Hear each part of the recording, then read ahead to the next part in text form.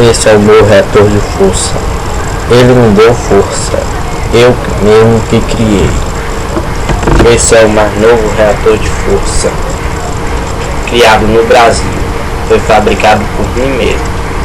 E ele me dá energia para eu conduzir meus nervos e eu ter muita força. É um reator igual ao do filme Homem de Ferro. Só que muita gente falava que eu não podia fazer isso, que era só filme. Então eu fiz um reator e saiu igualzinho do filme e ele me dá muita força. Eu consigo levantar qualquer coisa nele.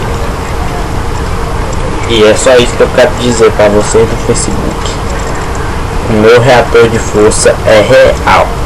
Por isso eu vou dar um demonstramento dele.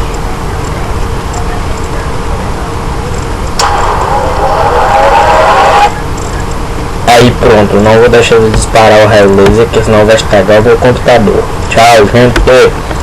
Meu novo reator de força, eu vou ligar, que senão eu fico fraco. Pronto, ó. Tchau, gente.